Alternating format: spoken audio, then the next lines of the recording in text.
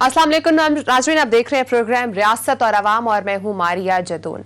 नाज़रीन, आज़ाद कश्मीर इंतखाबात में शिकस्त के बाद मुस्लिम लीग नून के सदर शहबाज शरीफ का बाज़ाब्ता तौर पर रद्द-ए-अमल सामने आ चुका है। अपने एक इंटरव्यू में शहबाज शरीफ अपनी भतीजी मरियम नवाज की सियासी पॉलिसियों और बयानिए पर फट पड़े। कहा है कि आज़ाद कश्मीर इलेक्शन में हम अपनी कारकर्दगी बताते और उसके साथ साथ जो भी हुआ उसका बरवक्त सदे बाप करते। नाज़रीन, यहाँ पर सवाल यह है कि उन्होंने क्या मरियम नवाज के बयानिए की नफी कर दी है, इस प्रोग्राम में बात करेंगे। इसके साथ नाज़रीन, आज इस्लामाबाद में बारिश ने जल थलेग कर दिया। इस्लामाबाद में कुछ सेक्टर सैलाब का मंजर पेश करने लगे। 3 घंटे में 334 मिलीमीटर बारिश रिकॉर्ड की गई है। हमारे साथ नाज़रीन आज प्रोग्राम में डीसी इस्लामाबाद भी होंगे, उनसे पूछेंगे कि इस वक्त करंट सिचुएशन क्या है। इसके साथ साथ प्रोग्राम में हम इस्लामाबाद में होने वाले अहम केसेस पर भी बात करेंगे, वहां आज क्या डेवलपमेंट है। उसके साथ साथ नाज़रीन प्रोग्राम के हम दूसरे हिस्से में नूर मुकद्दम केस पर भी बात करेंगे। इंसानी हकूक कमेटी में इस हवाले से क्या डेवलपमेंट हुई है, हुकूमत क्या करने जा रही है, इस पर प्रोग्राम में बात करेंगे। नाज़रीन, मेरे साथ प्रोग्राम में मौजूद हैं सहाफ़ी तज्जियाकार सदीक जान, की तरह सहाफ़ी तज्जियाकार अदील वड़ाइच भी मेरे साथ प्रोग्राम में मौजूद हैं। अदील, प्रोग्राम का आगाज करते हैं, पॉलिटिकल स्टोरी से प्रोग्राम का आगाज करेंगे। ये बताइएगा, आज़ाद कश्मीर इंतखाबात हुए उसके बाद जब से नतीजे आए, उसके बाद से एक तरफ तो नून लीग बहुत एग्रेसिव तौर पर सामने आ रही है, मरियम नवाज बहुत एग्रेसिव तौर पर सामने आ रही है, लेकिन शहबाज शरीफ वहीं पर अगर हम उनको देखें तो उनका एटीट्यूड बिल्कुल टोटल डिफरेंट है। एक तो पहले वो बोल नहीं रहे थे, लेकिन जैसे वो बोले तो उन्होंने यही कहा अपने इंटरव्यू में कि आजाद कश्मीर इंतखाबात में हम अपनी कारकर्दगी दिखाते और जो हुआ उसका बरवक्त सदेबाब करते।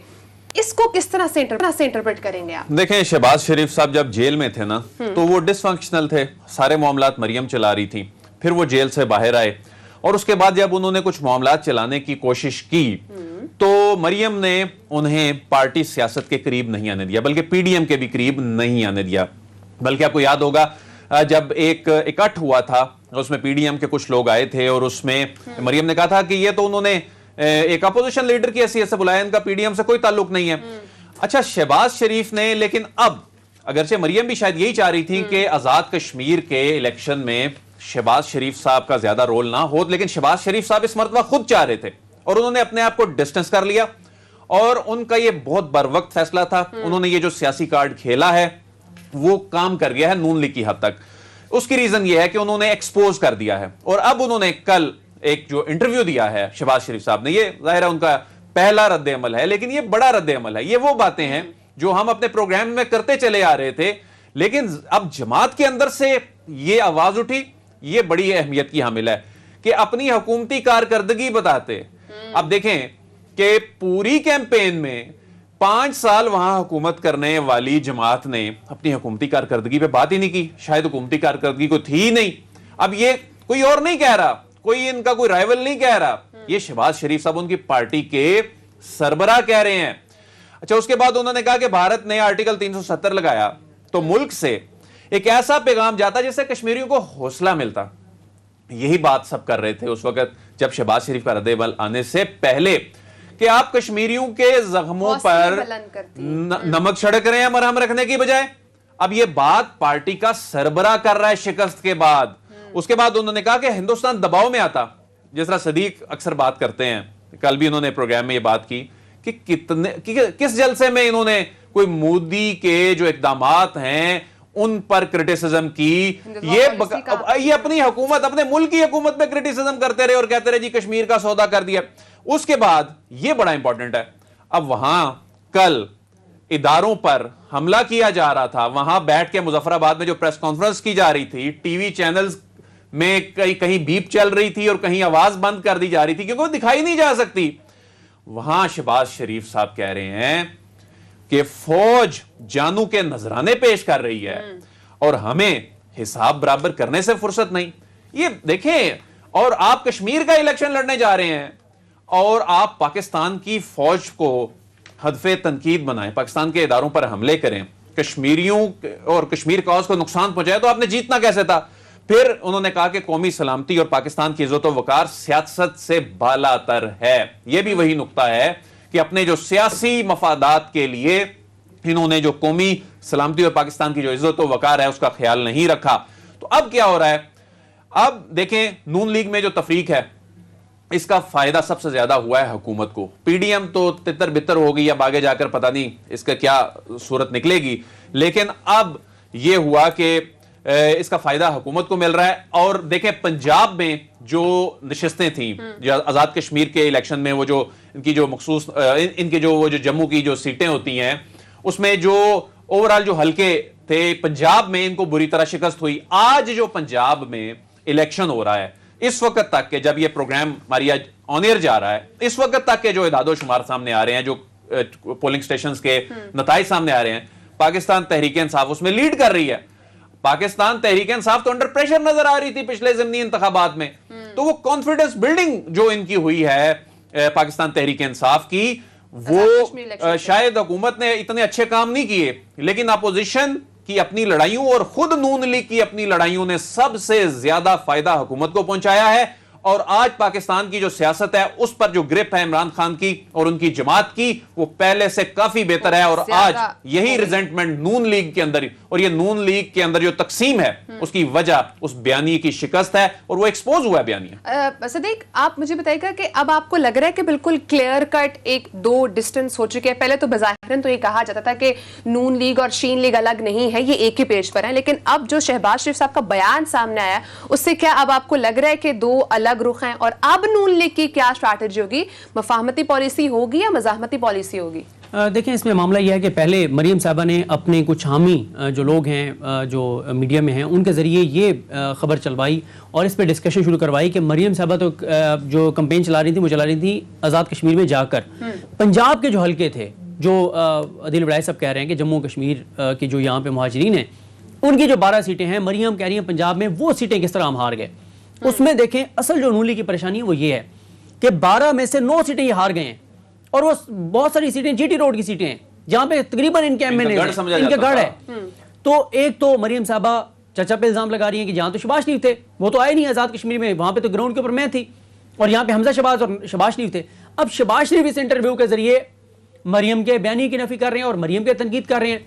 और दिलचस्प बात आप देखें कि जो प्रेस कॉन्फ्रेंस होती है, जिसमें राजा फारूक हैदर साहब और शाहिद खान अब्बासी साहब, एहसन इकबाल बैठते हैं, उसमें ना शहबाज शरीफ होते हैं ना मरियम होती हैं। तो इस वक्त ठन चुकी है चचा भतीजी में, लेकिन अभी वो नौबत नहीं आई कि शहबाज शरीफ खुलकर, यानी ये शहबाज शरीफ साहब का है कि इस तरह के इशारे किनारों में बात खुलकर वो नहीं आ रहे कि वो अपने आप को बिल्कुल डिस्टेंस कर लें मरियम और नवाज शरीफ के बयानिए से, जब तक वो ये नहीं करेंगे उनकी जगह। आप नहीं समझते कि पार्टी के अंदर जो रिजेंटमेंट है, देखें इलेक्टेबल्स इस बयानिए को अफोर्ड ही नहीं कर सकते, इस बयानिए के साथ वो वोटर्स के पास जा ही नहीं सकते। और अब और ये भी आपको सदीक जान साहब पता है कि जो इलेक्टेबल्स है ना, वो शहबाज शरीफ के साथ खड़े हुए हैं। ठीक है, वोटर जो है इसमें कोई शक नहीं है, वो वोटर जो होता है वो नवाज शरीफ को देकर वोट कर, लेकिन इलेक्टेबल्स जो हैं उन्होंने जाहिर है जो लाखों करोड़ों रुपया लगा के इलेक्शन में जाना होता है। अब वो रिजेंटमेंट सदीक जान साहब कितनी है पार्टी के अंदर कि इस बयानिया के साथ तो हम नहीं जा सकते 2023 के इलेक्शन में। देखें वड़ाई साहब, ये मुसलसल ही बात हो रही है। उसकी रीज़न ये है कि जिस जमात के बारे में ये तासुर, इस पर मुसलसल हम अपने प्रोग्राम में बात कर रहे हैं, जिस जमात के बारे में तासुर ये चला जाएगी ये भारत की ज़बान बोलती है। देखें इस इलेक्शन के बाद क्या किया मरियम साहब ने, एक वीडियो उठाई, मामला कुछ और था, जो मकामी पुलिस थी, जो बाहर से पुलिस, उनके आपस में झगड़ा हुआ, उस पर डॉक्टर सोहेल ताजिक साहब जो हैं IG आज़ाद कश्मीर जो है पुलिस के, उन्होंने भी ट्वीट किया। AJ के पुलिस का भी उसके ऊपर मौक़िफ़ आया कि जो जिम्मेदारान उनको गिरफ्तार कर लिया गया, और ये और मामला था।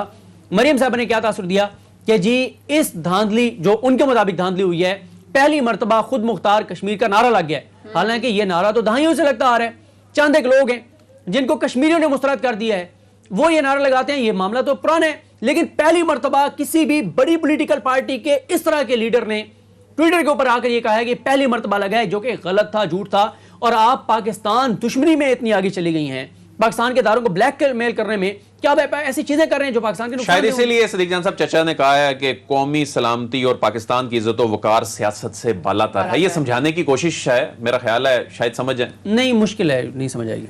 अच्छा, यानी कि सिचुएशन अब कोई और रुख भी इख्तियार कर सकती है। सदीक, मुझे ये बताइएगा कि अब जो हिकमत अमली है नून लीग की, वो क्या हो सकती है? क्योंकि आगे इलेक्शंस हैं, उसमें फिर क्या पॉलिसी लेकर चलेंगे ये लोग? क्योंकि ये भी कहा है नवाज शरीफ साहब ने, ये भी एक तजवीज़ दी है कि ये हल्फ ही ना लें, और राजा फारूक हैदर साहब ने इसकी मुखालफत की है कि जी नहीं, मैदान खुला नहीं छोड़ना चाहिए। देखें अदील वड़ाई साहब, ये और मारिया साहबा, ये जो मामला है ना कि जो आज तारिक अजीज़ साहब ने खबर दी कि नवाज शरीफ ने कहा कि हलफ ना लें, अगर हलफ नहीं लेंगे तो क्या हो जाएगा, वहां पे दोबारा इंतखाबात हो जाएंगे, पीटीआई 2/3 मेजॉरिटी बना लेगी। मसला यह है कि यहां पे भी यही हुआ था। पीडीएम की तहरीक क्यों नाकाम हुई, पीडीएम क्यों टूटी? पीपल्स पार्टी इनको ये कहती थी कि हम अगर इस्तीफे दे दें, सब दे दें, यानी पीपल्स पार्टी भी, नून लीग भी, फजलुर रहमान साहब की जमात भी, सब दे दें इस्तीफे, तो क्या असेंबली गिर जाएगी? नहीं गिरेगी। उन्होंने कहा कि आप सारे इस्तीफे दे दें, स्पीकर 10-10 करके और बुला के और मंजूर करता जाए, सिमनी इंतखाबात हो जाएंगे, इमरान खान तो 2/3 मेजॉरिटी क्या सिर्फ रहे इमरान खान जाएगा। तो मसला यह है कि ये इनकी जो सोच और अप्रोच है वो इसलिए इस तरह की है क्योंकि खुद असेंबली में नहीं है, ना नवाज शरीफ है ना मरियम है। जो बंदा इलेक्शन लड़ता है, जो पैसा खर्च करता है, वो तो जिस तरह इनकी अपनी मीटिंग में ये बात हुई थी कि जिस तरह से हमारे एमएनएस एमपीएस ने पिछले 2, 2.5, 3 साल गुजारे हैं इमरान खान के दौर के, अगले टेन्योर में वो ये नहीं अफोर्ड कर सकते। और यही वजह है कि वो कहते हैं कि इस बयानी के साथ हम नहीं जा सकेंगे और जैसे जैसे वक्त गुजरता चला जाएगा, अगर मरियम साहबा खामोश ना हुई तो शहबाज शरीफ साहब को फैसला करना पड़ेगा कि वो पब्लिकली अपने भाई और भतीजे की बयानी से इनहराफ करते हैं, इख्तलाफ करते हैं या उस पर खामोश रहते हैं। अगर खामोश रहे तो शहबाज शरीफ का भी सियासी मुस्तकबिल में तारीख देख रहा हूँ। क्या आप इस बात से एग्री करते हैं अदील? बिल्कुल, ये चौधरी निसार साहब के साथ हो चुका है। चौधरी निसार जो हैं उनके पास एक, जब उन्होंने वजारत जो है वो न लेने से इनकार किया, शायद खाकान अब्बासी के अंडर काम करने से इनकार किया था, तो उसके बाद उनके पास एक ये भी ऑप्शन था कि पार्टी के अंदर वो क्लेम तो ये करते थे कि ये पार्टी बनाई हमने है, मैंने बनाई है, लेकिन उसके बाद वो हिम्मत नहीं कर सके। जब वो हिम्मत नहीं कर सके तो आहिस्ता आहिस्ता आहिस्ता आहिस्ता वो उनका मामला नून लीग से अब खत्म हो गया है किस्म का। तो अभी तो ये भी इतलात हैं कि वो शायद कोई और पार्टी ज्वाइन कर रहे हैं, लेकिन अभी ऐसी कोई ऑफिशियल चीज तो नहीं है, लेकिन ऐसी शहर इक़्तिदार में गर्दिश कर रही हैं। तो ये भी इनके साथ भी अगर वो नहीं स्टेप लेंगे तो सिर्फ वो नाम के सदर अभी भी हैं, तो नाम के सदर, लेकिन सारे मामलात, सारी पावर जो हैं, बहुत सारी चीजें शायद आगे चलेंगी तो बहुत सी चीजें क्लियर भी होगी। नाज़रीन, नूर मुकद्दम केस में बात करें तो नूर मुकद्दम केस में मुलजिम ने एतराफ जुर्म भी कर लिया है और इंसानी हुकूक कमेटी में नूर मुकद्दम केस के ऊपर भी डिस्कशन हुई है। सदीक, आपके पास एक इनसाइट स्टोरी है, शेयर कीजिएगा इस हवाले से। अब क्या स्टेप्स लिए जा रहे हैं? देखें, इसमें आज इंसानी हकूक़ की जो कमेटी थी जिसको हेड करते हैं सेनेट की कमेटी को वलीद इकबाल साहब, और मुझे ये कहने दीजिए कि हम कमेटी को अटेंड करते हैं, लेकिन जिस तरह से आज वलीद इकबाल साहब ने इस कमेटी को, इजलास को चलाया, जिस तरह से वहाँ पे सवालात जवाबात हुए, जिस ज़बरदस्त अंदाज से उन्होंने, यही वो चीज़ है मारिया साहबा जिसको हम चाहते हैं कि हमारी पार्लियामेंट का यही काम बनता है, हमारी पार्लियामेंट की कमेटीज़ का यही काम बनता है। मैंने कम ऐसी कमेटीज़ देखी हैं कि जो कमेटी को हेड करने वाला है वो इतनी तैयारी के साथ आए। आज उन्होंने आके जो फैक्ट्स एंड फिगर्स रखे वो मीडिया के लिए भी हैरान कौन थे, और जितना काम करके वलीद इकबाल साहब आए हुए थे। खैर, उस कमेटी में बहुत सी ऐसी चीज़ें हुई हैं जो ज़ाहिर हम जो इन कैमरा थी, जो अभी पुलिस चाहती है कि ऑफ द रिकॉर्ड रखी जाएँ, वो मीडिया पे ना लाई जाएँ, वो तो हम नहीं लाएंगे। लेकिन यह है कि वहाँ पे डॉक्टर जरका थी और इस तरह से काफ़ी सवालात भी पुलिस से किए गए। लेकिन अगले जो 48 से 72 घंटे हैं वो बहुत इंपॉर्टेंट हैं। अच्छा। उसकी रीज़न ये है कि अगले 48 से 72 घंटों में एक तो जो वालिदैन हैं ज़ाहिर जाफिर के, उनको उनकी ज़मानत के ऊपर फैसला जो है वो होना है। ट्रायल कोर्ट में फैसला होना है कि उनको, सेशन कोर्ट में फैसला होना है कि उनको ज़मानत मिलती है या नहीं मिलती। और साथ ही जो 3 दिन का और आज रिमांड मिला है ज़ाहिर जाफिर का पुलिस को, और इसमें ऐसी ऐसी नई कहानियां सामने आ रही हैं जो कि चौंका देने वाली हैं। और असल जो चीज़ है जो इनके वालिदैन के लिए, ज़ाहिर जाफिर के वालिदैन के लिए ख़तरनाक है, वो पुलिस करीब पहुंच गई है इस चीज़ के, और बहुत जल्द ये सामने आ जाएगा, क्लियर हो जाएगा, जिसमें ये खदशात हैं पुलिस के कि वालिदैन को पता था कि वो ये मर्डर करने जा रहा है ज़ाहिर जाफिर, और उसकी जो कॉल्स रिकॉर्ड हैं वो सारे पुलिस के पास आ गए हैं कि मर्डर से पहले उसने किस किस को कॉल की, मर्डर के बाद किस किस को कॉल की, किसको कितने मिनट की कॉल की, और ये तमाम चीज़ें पुलिस के पास आ गई हैं। पुलिस का बज़ाहिर जो में नज़र आ रहा है वो बड़ा ज़बरदस्त आ रहा है कंडक्ट नज़र, लेकिन सवालात बहरहाल हैं, खदशात हैं, सवालात तो आप नहीं कह सकते, खदशात हैं, क्योंकि एक बासर फैमिली है और फिर आपको पता है डुअल नेशनलिटी भी है, और कोशिश की जाएगी कातिल को, दरिंदे को बचाने की। लेकिन यह है कि उम्मीद यह है कि पुलिस अगर इसी तरह से जो हमें नज़र आ रहा है वो अगर इसी तरह से रही, और ख़ासतौर पे जो कमेटी है इंसानी हकूक़ की कमेटी, अगर वलीद इकबाल साहब और उनके साथ जो दीगर सेनेटर्स हैं, मुस्तफ़ा नवाज़ खोखर साहब, सिमी साहिबा इज़दी जो हैं, और बाकी जो लोग हैं, अगर इसी तरह से वो सवालात करते रहे और उन्होंने चेक रखा, तो उम्मीद की जा सकती है कि इंशाल्लाह कातिल दरिंदे को मंतकी अंजाम तक पहुंचाया जाएगा। मुजरिम ने जो है वो एतराफ़ जुर्म भी किया है और उन्होंने कहा है कि बेवफाई के उसमें मैंने उनको जो है वो कातिल किया है।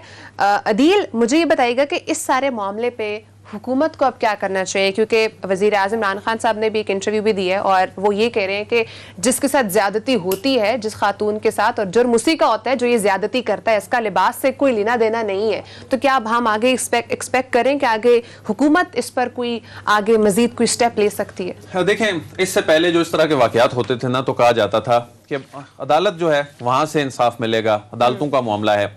लेकिन मेरा ख्याल है ये इतना अलार्मिंग है ये सिचुएशन हमारी सोसाइटी के लिए, और इस पे इमरान खान भी परेशान हैं, और यही वजह है कि इस पे वो अब मीटिंग्स कर रहे हैं और इस पर अपनी जो लीगल टीम है उससे वो बात भी कर रहे हैं। और यही वजह है कि अभी चंद हफ्ते पहले एक इन्होंने बड़ा इकदाम ये उठाया कि जो anti rape investigation and trial ordinance 2020 है, अब उसमें जो प्रोसिक्यूटर जनरल हैं और डेप्टी डिस्ट्रिक्ट पब्लिक प्रोसिक्यूटर्स हैं पंजाब के, वो अपॉइंट करवाए हैं। उसकी रीजन ये है ताकि ट्रायल, स्पीडी ट्रायल, और खासतौर पे ये तो चले एंटी रेप ऑर्डिनेंस के तहत आ गया ना, अब इसमें मजीद जो खवातीन पर तशद्दुद और इस तरह के जो वाकयात हैं, इस पे भी ऐसे लगता है कि ये लेजिस्लेशन करने जा रहे हैं। सदीक ने बात की, अब इन कमेटियों में जब कोई चीज आती है ना, अगर आप मामला सिर्फ अदालतों पे छोड़ देंगे ना कि जी अदालत है, अदालत का काम है, नहीं, इसमें जब हुकूमत इस वक्त जब हुकूमत ने रियलाइज किया है इसकी सेंसिटिविटी और इस पे बात हो रही है, प्राइम मिनिस्टर इस पे बात कर रहे हैं, कमेटियों में ये मामला जेर बहस आ रहा है, तो इसका मतलब ये है कि आपको लेजिस्लेशन करनी होगी, आपको तरमीम करनी होगी। अंग्रेज का दिया हुआ जो कानून है उस पे आप इतने दहाइयों बाद मुल्जिमान को नहीं ना तो सजाए मौत या उम्र कैद, ये तो बल्कि आप देखते हैं अभी पिछले दोनों एक केस में ये मुल्जिमान जो है ये निकल आते हैं और ये बड़े सीना तान के चौड़े सीने के साथ ये निकल आते हैं। उसकी रीजन है सुकुम ऐसे हैं, और अब वो वक्त आ गया है कि हमारे जो कवानीन हैं इनमें इस तरह की तरमीम की जाए, और इस तरह के मामलात में तो रियासत को फ्रीक बन जाना चाहिए। और ये तासुर, सॉरी मैं सिर्फ एक जुमला ऐड करूंगा यहीं पे जहां पे आप बात आके रोकी, जहां मैंने माजरत आपको रोका है। श्री मजारी साहब ने आज ये बहुत इंपॉर्टेंट बात की कमेटी में कि अगर वालिदैन पे दबाव आता है और वो सुलह कर भी लेते हैं तो स्टेट को इसको करना चाहिए। इसको जितने सदीक जान साहब हाई प्रोफाइल केसेस इस तरह के इफ्तिखार मोहम्मद चौधरी साहब के दौर से लेकर अब तक भी अदालतों में भी आते हैं, अदालतें सुओ मोटो भी लेती हैं, उसके बाद मतहत अदालतों में मामलात चलते हैं, ये प्रेशर आता है। वो गरीब फैमिलियां कुछ होती हैं, कुछ जो हैं वो कहते हैं कि क्या इस मसले में पढ़ना है, लेकिन उसका इंपैक्ट तो सोसाइटी पे आ रहा है। इसमें रियासत को फ्रीक बनना चाहिए, बल्कि रियासत को मुदई बनना चाहिए, और रियासत पे तो चूंकि किसी का प्रेशर नहीं आ सकता, वो आम जो शहरी है, एक मुतवस्सत तबके का है या गरीब खानदान है, वो तो अफोर्ड ही नहीं कर सकता इतना प्रेशर लेना, उसने कंप्रोमाइज करना होता है। अल्टीमेटली सोसाइटी को पैगाम ये जाता है कि जी ये ताकतवर को तो कोई हाथ ही नहीं डाल सकता, लेकिन कानून में ये लिखा हुआ है, कानून में तरमीम की जरूरत है, इस वक्त तरमीम की भी जरूरत है। और 95 का जो क्रिमिनल जस्टिस सिस्टम है उसके अकॉर्डिंग अगर हम देखें तो उसमें विक्टिम को ज्यादा फेवर नहीं की जाती है, और अगर मुलजिम पकड़ा भी जाता है, जुर्म साबित भी हो जाता है, तो फिर भी हम यही देखते हैं कि एक अलग ही तरह के ह्यूमन राइट्स जन्म लेना शुरू करते हैं। नाज़रीन, ब्रेक का टाइम है, ब्रेक के बाद नाज़रीन डीसी इस्लामाबाद हमारे साथ मौजूद होंगे, और आज इस्लामाबाद में जो बारिश हुई है और सैलाब का मंजर पेश होने लगा है और लोग कराची और इस्लामाबाद की सिचुएशन को कंपेयर कर रहे हैं, इस पे बात करेंगे, साथ ही रहेगा।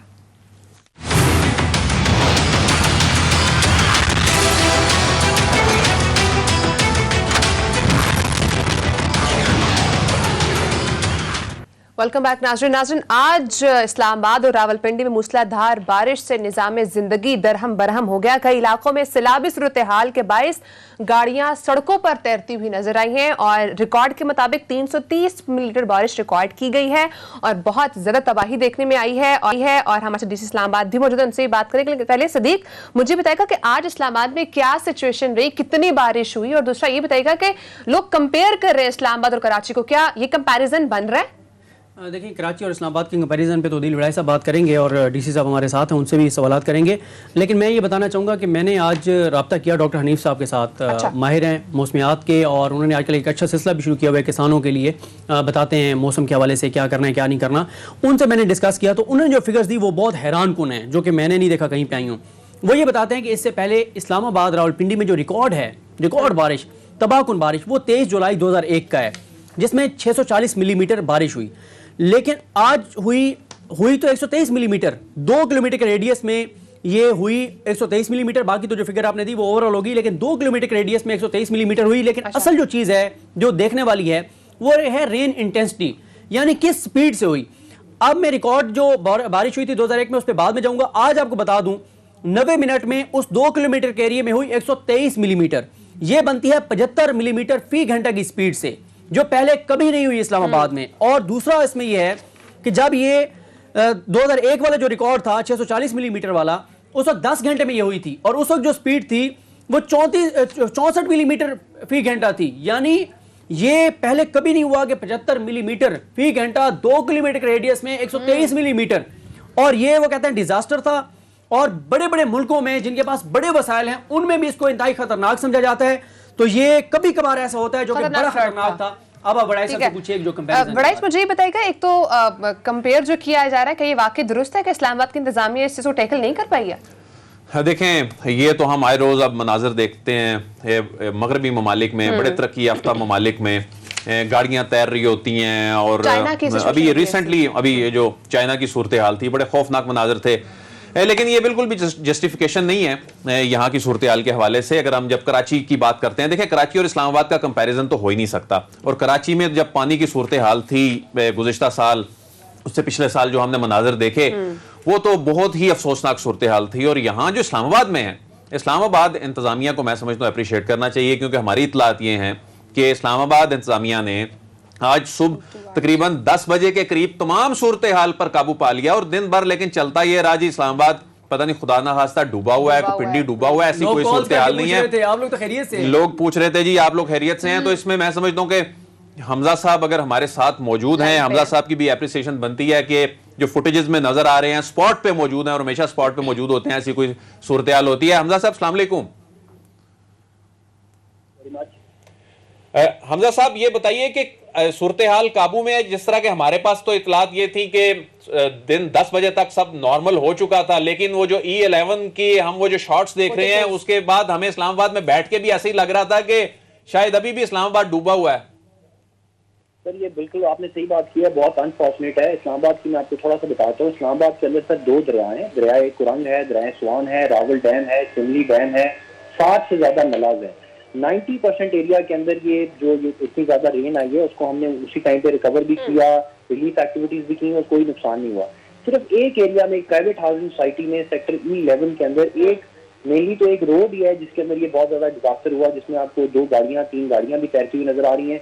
वो तीनों गाड़ियां भी हमने रिकवर की। उसमें एक घर में अनफॉर्चुनेटली कैजुअलिटी हुई, लेकिन उसी घर में बाकी बच्चों को भी बचाया गया। उस घर के सामने जो प्लाजा थे उसके अंदर भी जो लोग स्टक थे उनको भी बचाया गया।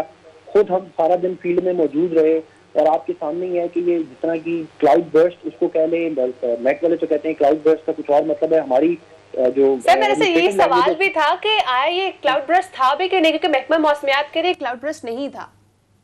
असल में क्लाउड बर्स्ट से लोग ये समझ रहे हैं कि एक्चुअली कोई बादल फट गया। वो ऐसे कोई बादल फटता नहीं। क्लाउड बर्स्ट का अगर आप इंटरनेट पे भी देख लें या किसी भी ज्योग्राफी के टर्म में देख लें, क्लाउड बर्स्ट का मतलब होता है कि अगर 1 घंटे के अंदर 100 मिलीलीटर से बारिश ज्यादा हो जाए तो उसको क्लाउड बर्स्ट कहा जाता है। और इस्लामाबाद के अंदर तो हमारी आप रिकॉर्ड देख सकते हैं कि कुछ ही देर के अंदर 300 मिलीलीटर से ज्यादा बारिश हुई है और उसमें भी एक एरिया के अंदर ये नुकसान हुआ। लेकिन उसमें आप रिस्पॉन्स देखें कि 1.5 घंटे के अंदर हमने 100% इस्लामाबाद की तमाम रोड्स खोल दी हुई थी, तमाम एवैक्यूएशन हो चुकी हुई थी, तमाम रिहेबिलिटेशन हो चुकी हुई थी, डी वाटरिंग पंप तमाम 15 के 15 ऑनलाइन आके तमाम बिल्डिंग से पानी निकाल चुके हुए थे। अच्छा हम ये भी बताइएगा कि जिस तरह से कंपैरिजन किया जा रहा है कराची और इस्लामाबाद का, कराची में तो कहा जाता है कि नाजायज तजावुजात हैं जिसकी वजह से सिचुएशन होती है। इस्लामाबाद में उस लेवल का नहीं है क्योंकि एक प्लानिंग पे बना हुआ ये शहर है। तो मुझे ये बताइएगा कि यहाँ पर ये सिचुएशन क्यों हुई? असल में इस्लामाबाद में मैंने आपको बताया कि 60 से ज्यादा नलाज हैं। उन नलाज के 8 ऐसे नलाज हैं जिनके अंदर कच्ची आबादियां बनी हुई हैं। और वो कच्ची आबादियां आप लोग इस्लामाबाद के शहरियों को पता है 20-25 साल पहले बनी। उसमें कुछ लेबर कम्युनिटी के लोग हैं, कुछ क्रिश्चियन कम्युनिटी बेचारी मार्जिनलाइज कम्युनिटी है, उन्होंने वहां पर बनाए हुए हैं। ऑन एंड ऑफ उनके खिलाफ एक्शन भी होता रहता है, लेकिन उनका मेन प्लान यही है कि उनको हम यहाँ से शिफ्ट करेंगे। लेकिन उसके लिए मास्टर प्लान कमीशन इस टाइम काम कर रहा है। वो एक लॉन्ग टर्म सोल्यूशन है। लेकिन जहां तक इस जगह की इंक्रोचमेंट का ताल्लुक है, इसी नाला के अंदर हमने 1 दिन पहले सारी सफाई की है और इस नाला के ऊपर जो इंक्रोचमेंट्स हैं ऑलरेडी FIA नैब को उनका केस भेजा जा चुका हुआ है। मेंबर इंजीनियरिंग जो उस जमाने के थे उनको सस्पेंड किया जा चुका हुआ है। 2 ऑफिसर्स के खिलाफ ऑलरेडी इंक्वायरी चल रही है, पर्चा भी चल रहा है और अभी भी इस एक्शन को फॉर ग्रांटेड नहीं लिया गया। अभी जो एक्शन हुआ इसके ऊपर फौरी चीफ कमिश्नर इस्लामाबाद ने इंक्वायरी मार्क की है कि क्यों ये वाकया हुआ, कौन कौन जिम्मेदार है, इसका लॉन्ग टर्म सोल्यूशन क्या है, शॉर्ट टर्म सोल्यूशन क्या है। इस टाइम पर भी मैं और मेरी टीम नाला के ऊपर खड़े हुए हैं और हम इसके अंदर जो अल्टरनेट रूट्स हैं उनको ओपन करने की कोशिश कर रहे हैं ताकि आइंदा के बाद यहाँ पर कभी ये वाकया ना हो। हमजा साहब, एक चीज़ और बताइएगा कि ये भी बहुत ज़्यादा चल रहा था कि एक जो मुतासरा फैमिली थी उन्होंने 15 पे कॉल की और 15 ने ये कहा कि ये हमारा काम नहीं है, और उसके बाद फिर अनफॉर्चुनेट वो हुआ और एक जान चली गई। तो इसमें किस हद तक हकीकत है?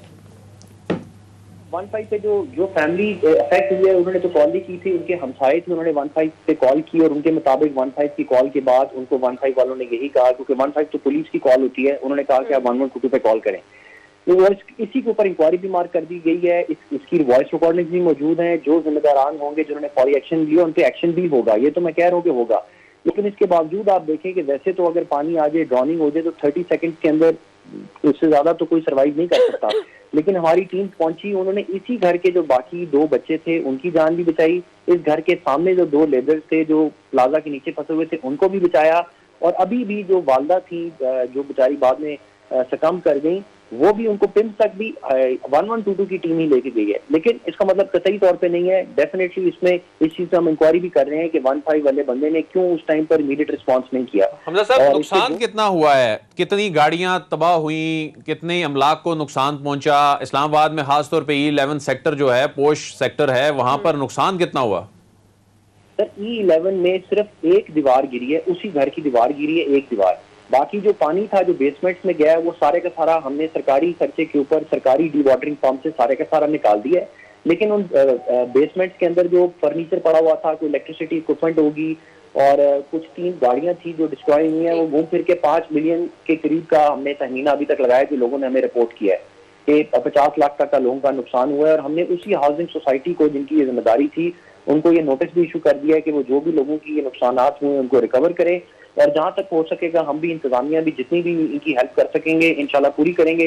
इशू ये है कि क्या जो मीडिया पे दिखाया गया कि पूरा इस्लामाबाद डूब गया है, सिर्फ मैं उसकी तस्दीक करना चाहता हूँ कि पूरे इस्लामाबाद के 60 से ज्यादा नलाज में, 2 दरियाओं में, 2 डैम्स के अंदर सिर्फ एक स्ट्रीट जो एक प्राइवेट हाउसिंग सोसाइटी थी वो फ्लड हुई और वो भी 1.5 घंटे के अंदर रिकवर कर ली गई। अच्छा हमजा, ये बताएगा जैसे आपने बात की है कि कुछ नाले हैं जहां पर मकानात और कमर्शियल प्लॉट्स भी बने हुए, प्लाजे भी बने हुए, तो यकीनन ऐसे हादसा तो फिर होंगे अगर इस तरह की चीजें होंगी।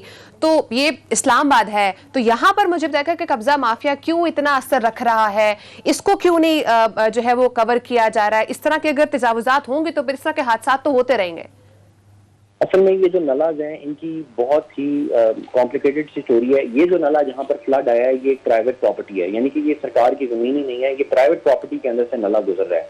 इसी तरह आप हैरान होंगे कि इस्लामाबाद में रिवर कुरंग जो है वो 12 कहू में प्राइवेट प्रॉपर्टी से गुजर रहा है, यानी कि लोगों की प्राइवेट जमीन के ऊपर एक तरह से आप कह सकते हैं कि दरिया की इंक्रोचमेंट है। और ये तो एक मतलब कॉम्प्लिकेटेड मैटर है। इस टाइम भी मैंने आपको बताया है कि जो इस नला के ऊपर या इस तरह के और नला है जिनके ऊपर इस तरह की कोई इंक्रोचमेंट थी वो हम डिमोलिश कर रहे हैं। राइट नाउ भी हम ये 3-4 जो एरिया थे उनको हमने क्लियर कर लिया है।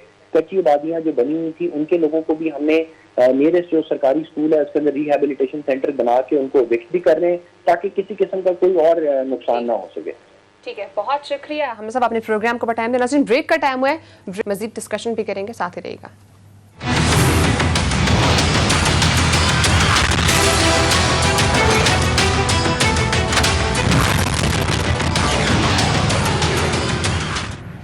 वेलकम बैक नाज़रीन। आज इस्लामाबाद हाई कोर्ट में 2 अहम केसेस पर समाअत हुई है। एक HEC से रिलेटेड था और एक नवाज शरीफ केस से रिलेटेड था। सदीक, दोनों केसेस की क्या डेवलपमेंट रही है आज? देखें आज पहला जो मामला था वो सलाह याफ्ता मुजरिम जो है मियां मोहम्मद नवाज शरीफ, जिनको इश्तिहारी और मफरूर करार दिया गया है इस्लामाबाद हाई कोर्ट की जानिब से, और एवन फील्ड का उनका फैसला आ चुका है अपीलों के ऊपर, जिसमें अदालत ने कहा कि जब वो वापस आएंगे, सरेंडर करेंगे, तो फिर वो अदालत से रजू कर सकते हैं अपने केसेस दोबारा लगवाने के लिए और फिर कानून के मुताबिक फैसला होगा।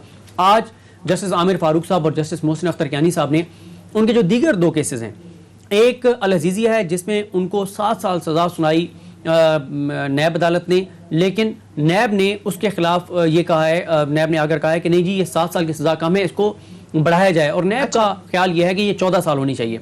और इसकी वजह जो नैब की जानिब से बताई जाती है, जिस पर अभी दलाइल वो देंगे, वो ये है कि क्योंकि एक तो उसी नैब के कानून के तहत उनको 10 साल हुई, एक और केस में जब ये पता है कि ये पहले से इस तरह के जराइम करते आ रहे हैं हिस्ट्री हो तो फिर आप पहले से ज़्यादा सजा देते हैं।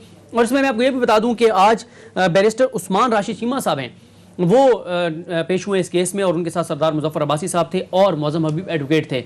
और अब इसमें जो ये केस है और जो दूसरा केस है जिस फ्लैगशिप में जिसमें नवाज शरीफ साहब को बरी किया गया था, उस बरीयत को भी नैब ने चैलेंज किया हुआ है। ये दोनों केसेस इस्लामाबाद हाई कोर्ट ने फिक्स कर दिए हैं 21 सितंबर और 27 या 28 सितंबर के लिए, यानी अब ये दोनों केसेस भी चलेंगे। अब ऐसा नहीं है कि नवाज शरीफ बाहर बैठे हैं तो ये केसेस नहीं चलेंगे, क्योंकि इनमें से एक जो केस है जिसमें सजा बढ़ाने के हवाले से नैब की इस्तदा है, उसमें उनको नोटिस हो चुका है, दूसरे में अलबत्ता उनको नोटिस नहीं हुआ। तो ये अब सितंबर में जाके चलने, और इस पर अदालत देखेगी कि, और फिर इसमें बैरिस्टर उस्मान साहब जो हैं वो अदालत को असिस्ट करेंगे और बताएंगे, नैब की जानिब से केस लड़ेंगे कि क्यों और वो किस बुनियाद पे चाहते हैं कि ये सजा जो है वो बढ़ाई जाए। दिल, आप इस केस का आगे क्या फ्यूचर देख रहे हैं? क्या ये मजीद अब आगे और भी बढ़ेगा? देखें, एक केस में तो हम कह रहे थे ना कि मियां नवाज शरीफ साहब को रिलीफ मिल गया, कि यानी वो अपनी मर्जी से आए, आके अदालत में दरख्वास्त दायर करें और उनकी जो अपीलें हैं वहीं से उस पर जो है कार्रवाई शुरू हो। लेकिन ये उनके लिए दर्द सर बन जाएगा। उसकी रीज़न ये है कि उन्होंने तो यही शायद प्लानिंग की हुई थी कि उसको डिले करवाया जाए। उनको एक हद तक कामयाबी मिली, उनकी अपीलें जो हैं वो तो खारिज हो गई। लेकिन ये केस है अल अजीजिया, इसमें जो सजा है उनकी कम है एवन फील्ड वाले केस से। इसमें जिस तरह सदीक जान साहब ने भी कहा, नैब का मौक़िफ़ बड़ा स्ट्रांग है कि उसमें इनको सजा ज्यादा हुई है और उसी नोयत के उसी सेक्शन के वही चार्जेस लग रहे हैं और इसमें उनको सजा कम हो रही है। और वो आपको पता ही है कि वो फुटेज वाला मामला और किस तरह जज साहब को ब्लैकमेल किया गया, ये सारी चीजें बड़ी स्ट्रांग है और उनके लिए ये दर्द सर बन सकती हैं। और एक केस में इनकी बरियत हुई थी और वो केस भी चलेगा। जाहिर ये केस आप कर सकते, उनका यहां पर आना उसके लिए मेरा ख्याल है कोई लाजमी नहीं होगा और ये उनके लिए परेशानी का बायस बन सकते हैं, उनकी सजा में इजाफा भी हो सकता है। और सदीक, एक और अहम केस की समाअत भी आज इस्लामाबाद हाई कोर्ट में हुई, that is related to HEC। उसमें क्या प्रोसीडिंग हुई है? देखिए, ये मामला ये है, इसमें HEC वाला मामला भी है जो ऑर्डिनेंस हुकूमत लाई और भी ऑर्डिनेंसेस लाई। ये एक बड़ा एक सवाल है जिसके ऊपर अतर मिनल्ला साहब और आमिर फारूक साहब पे ये दो जजेज हैं जो ये बेंच समाअत कर रहा है। और आज अटार्नी जनरल पाकिस्तान खालिद जवेद खान साहब पेश हुए, उनके साथ additional attorney general Pakistan Aamir Rahman साहब और असिस्टेंट अटार्नी जनरल जो हैं जो इमरान फारूक साहब हैं वो पेश हुए। अच्छा, मैं अक्सर क्योंकि इस प्रोग्राम में तारीफ़ करता हूँ अटार्नी जनरल पाकिस्तान की, अगर आज आप हमारे साहब आप और अदील वड़ाई साहब अदालत में होते तो आप देखते हैं कि कमज़ोर केस हुकूमत का, मुझे कहने दीजिए ये कमज़ोर केस था हुकूमत का, लेकिन जिस तरह से कोशिश की अटार्नी जनरल साहब ने दलाइल देने की और ज़बरदस्त दलाइल दिए। केस इसलिए मैं कमज़ोर कह रहा हूँ कि ये जो जिस तरह से नैब का ये इसका HEC का ऑर्डिनेंस जारी किया गया तो, और जिस तरह से बाकी ऑर्डिनेंसेस जारी किए जाते हैं, गो के पिछली हुकूमतों ने इनसे ज्यादा किए हुए हैं। और आज ये एक मौके पे हुआ ये कि जब एहसन इकबाल साहब ने हाथ खड़ा किया और बात करना चाहिए तो पहला सवाल अतर मिनल्ला साहब ने उनसे ये किया कि एहसन इकबाल साहब पहले ये बताएं कि आपकी हुकूमत ने कितने ऑर्डिनेंस जारी किए थे। तो एहसन इकबाल साहब ने कहा, देखें जी, दो गलत मिलके एक चीज को ठीक नहीं कर सकते, वो गलत था तो मैं माजरत करता हूँ, नहीं होना चाहिए था। लेकिन एक तो इसमें यह है कि अब अगली समाअत पे इसका फैसला होगा किन हालात में हुकूमत ऑर्डिनेंस जारी कर सकती है, क्या ऑर्डिनेंस के जरिए इस तरह से रेगुलेटर को हटाया जा सकता है, उसमें तब्दीली की जा सकती है उसके सारे स्ट्रक्चर में। और फिर एक और बात अतर मिनल्ला साहब ने बहुत इंपॉर्टेंट की, उन्होंने कहा देखें मसला ये है, पहले आमिर फारूक साहब ने कहा कि अगर कोई हालात ऐसे होते हैं, इमरजेंसी है, कोई पेंडेमिक है, कोई जंगी हालात है, उस पर तो आप ऑर्डिनेंस जारी कर दें, लेकिन एक इमरजेंसी नहीं है तो आप इजलास बुला के और आप कानून बना दें। और साथ ही अतर मिनल्ला साहब ने कहा एहसन इकबाल साहब को, हम पार्लियामेंट को मजबूत देखना चाहते हैं, हम पार्लियामेंट को मजबूत करना चाहते हैं, हम हर मामला पार्लियामेंट के पास भेजते हैं, आप लोग हमारे पास आ जाते हैं और जब आप अपोजिशन में होते हैं तो फिर आप इस तरह करते हैं, हुकूमत में होते हैं तो कुछ वही गलतियां दोबारा आप दोहराते हैं। उन्होंने पूछा बहुत इंपॉर्टेंट सवाल, फारूक नाइक साहब भी वहां पर मौजूद थे क्योंकि आसिफ जरदारी साहब का भी आज केस था। फारूक नाइक साहब से पूछा उन्होंने अतर मिनल्ला साहब ने कि कायमा कमेटी है लॉ की, सेनेट की भी और कौमी असम्बली की भी, क्या उसमें ये इशू टेकअप हुआ है? उन्होंने कहा नहीं हुआ। तो अतर मिनल्ला साहब ने कहा कि ये तो सूरत हाल है कि पार्लियामेंट के दो फोरम मौजूद है, उन फोरम्स के ऊपर आपने इनको डिस्कस नहीं किया और आप हमारे पास आ गए कि अदालत इंटरफेयर करे। अदालत इंटरफेयर नहीं करना चाहती इन चीजों में, अदालत पार्लियामेंट को मजबूत देखना चाहती है और हमने देखा है ये अतर मिनल्ला साहब को क्रेडिट जाता है।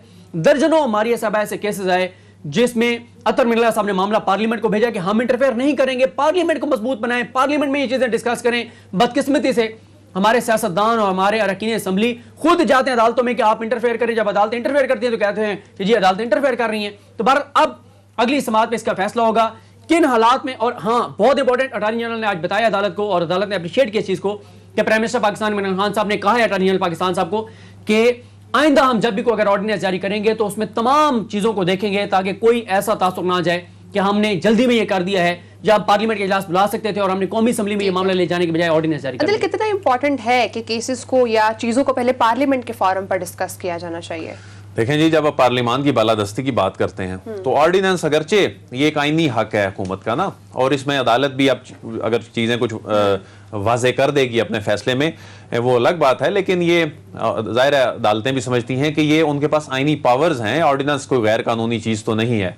लेकिन ये जो अवाम के मुंतखब नुमाइंदे होते हैं, ये इन मुंतखब नुमाइंदों को बाईपास करने के तनाजुर में इसको देखा जाता है कि आया किसी बाबू ने फाइल तैयार की, उसके बाद सदर के पास गया, सदर ने साइन किया, ऑर्डिनेंस बना, कानून बन गया। उसका नुकसान क्या होता है? अब देखें, नैब से मुतल्लिक ऑर्डिनेंस आता है, वो ऑर्डिनेंस लैप्स कर जाता है, उसके बाद उसका कोई फ्यूचर नजर नहीं आता। उसके बाद एचईसी से मुतल्लिक ऑर्डिनेंस आया, ये मुतनाजा हो जाता है। उसके बाद ईवीएम बीवीएम से मुतल्लिक एक ऑर्डिनेंस आया, वो अपना 120 दिन की मुद्दत पूरी करके खत्म हो जाएगा। उससे अनसर्टेनिटी पैदा हो जाती है। पार्लियामान में जो चीज आती है, अगर ये पार्लियामेंट में चीज आई होती, उस पर मोहर तस्दीक पार्लियामान सख्त करती, तो ये मामला अदालत में भी नहीं जा सकता, और अदालतें पार्लियामान के मामलात में फिर इस तरह वो कोई बात भी नहीं करती, क्योंकि एक्ट ऑफ पार्लियामेंट है, अनलेस के वो आइन से मुतसादिम ना हो, आइन से मुतसादिम ना हो। तो ये मामला जो है ऑर्डिनेंस, ये नून लीग की हुकूमतें खुद भी इतनी जारी करती रही, इससे ज्यादा जारी करती रही, तो फिर अपना जब दूसरे की हुकूमत आती है, खुद अपोजिशन में होते हैं, कहते हैं जी ऑर्डिनेंस से बुरी चीज पार्लियामेंट की बालादस्ती की अगर बात है तो उसको यूटिलाइज भी करना चाहिए। नाज़रीन, टाइम खत्म हो चुका है, इंशाल्लाह आपसे कल मुलाकात होगी, अपना ख्याल रखिएगा, अल्लाह हाफिज़।